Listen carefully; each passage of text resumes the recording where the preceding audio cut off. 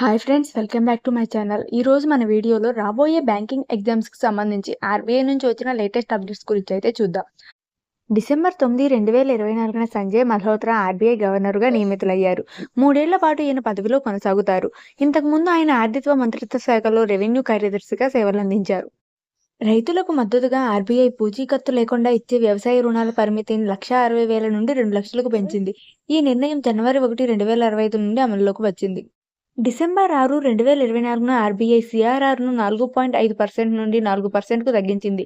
దీంతో బ్యాంకింగ్ వ్యవస్థలో అదనంగా 1,16,00,000 లభ్యమవుతాయని అంచనా. ఆర్బీఐ వరుసగా 11వసారి రెపో రేటును 6.5% వద్ద యథాతథంగా ఉంచింది.